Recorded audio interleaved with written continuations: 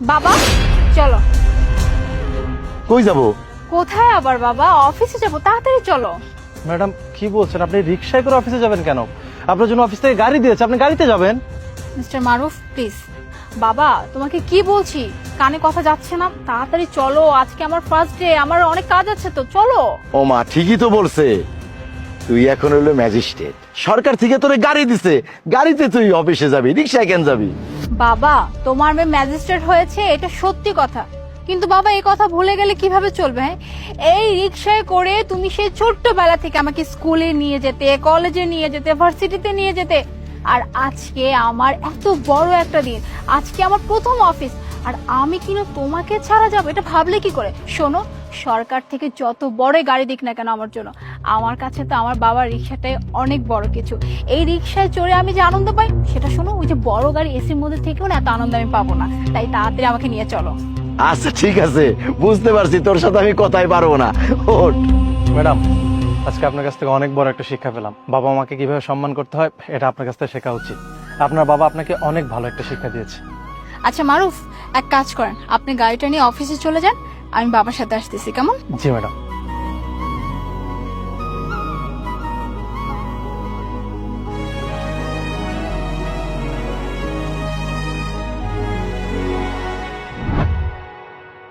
মামা সামনে রাখো,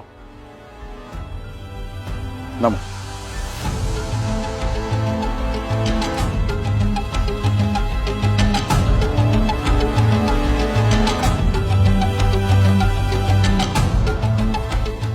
এ নাও মামা, চলো। কি মামা, কি দিলেন?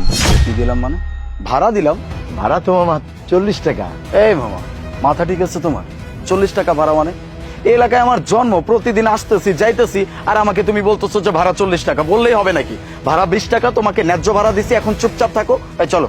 না মামা, আপনি হয়তো ভাড়া জানেন না, এই জায়গার ভাড়া হইলো 40 টাকা। আপনি আরো 10টা রিক্সা আপনি ডাক দিয়ে দেখেন, ভাড়া 40 টাকা। আপনার কি মাথা টাথা খারাপ হয়েছে? আমরা ভাড়া জানি না, আপনি জানেন? আর আপনার কি মনে হয় আমরা এলাকায় নতুন থাকি, প্রতিটা দিন আসা যাওয়া করি, আর আপনার যেটা ন্যায্য ভাড়া আমরা সেটাই দিই? শোনেন মামা, শুধু শুধু এটা নিয়ে তর্ক করেন না তো, যান নিজের কাজে যান, আমাদের কাজ করতে দেন, চলো। না ম্যাডাম না, আমি 27 বছর ধরে এই এলাকায় রিক্সা চালাই, আমি আপনাদের কাছ থেকে বেশি নিব কেন? যা ভাড়া তাই, ভাড়া 40 টাকা, আমার 40 টাকাই দেন। আমি না বুঝলাম না, আপনার বয়সের দিকে তাকায় আপনার সাথে ভালোভাবে কথা বলতেছি, সম্মান দেওয়া কথা বলতেছি, তার মানে এই না যে আপনি সামান্য 20 টাকা নিয়ে আমাদের সাথে বার্গেনিং করবেন, তাও আবার অন্যায় ভাবে। আপনার যেটা ন্যায্য ভাড়া সেটা আপনাকে দিছি, এখন এত কথা বলতেছেন কেন? মামা, এই রিক্সা চালায় আমার সংসার চলে, আমারে ঠগাবেন কেন কোন? আমারে ভাড়া 40 টাকাই দেন। এই হ্যালো, আপনার এত ইমোশনাল কথা আমাদের শোনার কোনো দরকার নাই। শুনছো তুমি রিকশাওয়ালার ছোট লোকের বাচ্চাটা কি বলতেছে? আমরা নাকি ওর হক মারতেছি, কত বড় ফকির! ওর সাহস দেখে আমি অবাক হয়ে যাইতেছি।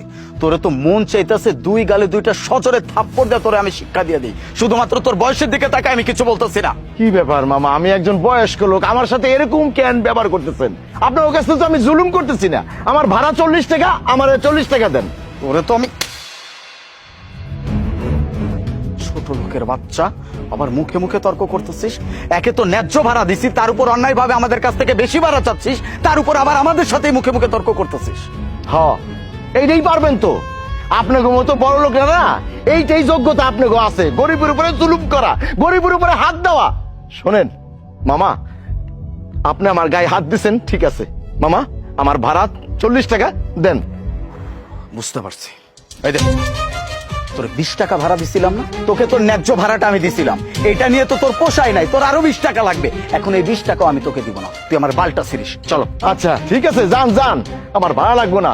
তাই আমি আপনার অভিশাপ দিলাম, এই বয়স্ক মানুষটার গায়ে আপনি হাত দিচ্ছেন না, এর ফল আপনি একদিন পাবেন, আল্লাহর তরফ থেকে এর শাস্তি আপনি পাবেনই। শুনছো তুমি? ও দাঁড়িয়ে দাঁড়িয়ে অভিশাপ দিচ্ছে। আজকে তো তোকে আমি মেরেই ফেলবো, বুড়িয়ার ঘরের বুইরা। How dare you! হ্যাঁ, আপনার সাহস কি করে হলো একজন বয়স্ক মানুষের সাথে এরকম ব্যবহার করার? এই ম্যাডাম, কে আপনি? হ্যাঁ, কোথাকার কোন হাতেম তাই আপনি? এখানে কোথায় থেকে উড়ে এসে জোরে বসছেন? একে তো উড়ে এসে জুড়ে বসছেন, আবার তার হয়ে সাফাই গাইতেছেন, তার হয়ে উকালতি করতেছেন। কে আপনি? হ্যাঁ, হু আর ইউ? আমি কে সেটা না হয় আপনাকে পরে বলবো, তার আগে আমাকে এইটা বলেন, আপনি কেন এরকম একজন বয়স্ক রিক্সা চালক মানুষের সাথে এরকম দুর্ব্যবহার করতেছিলেন, তার গায়ে হাত তুললেন? ওরে বাপ রে, এখন তার কাছে আমার কৈফিয়ত দিতে হবে। আপনি কে এসে গেছেন, কোথাকার কোন মহারানী আপনি যে আপনার কাছে আমি কৈফিয়ত দিব? আপনি আমাকে কেন কৈফিয়ত দিতে যাবেন? 100% আপনি আমাকে কৈফিয়ত দিবেন। আর জানতে চাচ্ছেন না আমার পরিচয় কে আমি? শুনুন তাহলে, আমি এই এরিয়ার নতুন ম্যাজিস্ট্রেট। আর তার থেকে বড় কথা কি জানেন? যে মানুষটার গায়ে আপনি হাত তুললেন, যার সাথে দুর্ব্যবহার করলেন, এই মানুষটা আমার বাবা। ম্যাজিস্ট্রেট বাবা, মানে ম্যাডাম আসলে হয়েছে কি, আপনাকে তো চিনতে পারি নাই। আমরা সরি ম্যাডাম, আমি আপনাকে চিনতে পারি নাই, ও আপনাকে চিনতে পারে নাই। ম্যাডাম আমাদেরকে মাফ করে দেন। What sorry? হ্যাঁ, কিসের সরি? আপনি জানেন আপনি কত বড় অন্যায় করেছেন? হ্যাঁ, আমি বাবার কথা বাদই দিলাম, একজন বয়স্ক রিক্সা চালকের সাথে যে ব্যবহারটা করলেন, তার গায়ে হাত তুললেন, আপনি জানেন হ্যাঁ আমি যদি চাই আপনার বিরুদ্ধে কি ব্যবস্থা নিতে পারি? হ্যাঁ, আপনাকে আমি ডিরেক্ট থানায় ভরে দিতে পারি। বাবা, বাবা তুমি আমাকে বলো তো এক্স্যাক্টলি এখানে কি হয়েছে? উনি তোমার সাথে ঠিক কি কি করেছে? আরে মা, আর বলিস না, উনাদেরকে রিক্সায় নিয়ে আসলাম, ভাড়া হলো 40 টাকা। উনার রিক্সা থেকে নাইমে 20 টাকা দিয়ে হাঁটা ধরছে। আমি বলছি যে সাহেব আমার কি দিলেন ভাড়া? ভাড়া তো 40 টাকা, আপনি 20 টাকা কেন দেন? এই কথা বলাতেই আমার সাথে দুর্ব্যবহার, আমার গায়ে হাত তুললো। কি? আপনার এত বড় দুঃসাহস? হ্যাঁ? আপনি আমার বাবার গায়ে হাত তুলেছেন? আচ্ছা, আপনাকে তো দেখে মনে হচ্ছে বেশ শিক্ষিত, তাহলে এইরকম ব্যবহার কিভাবে করেন মানুষের সাথে? হ্যাঁ, কয় টাকা ভাড়ার জন্য এমনটা করলেন?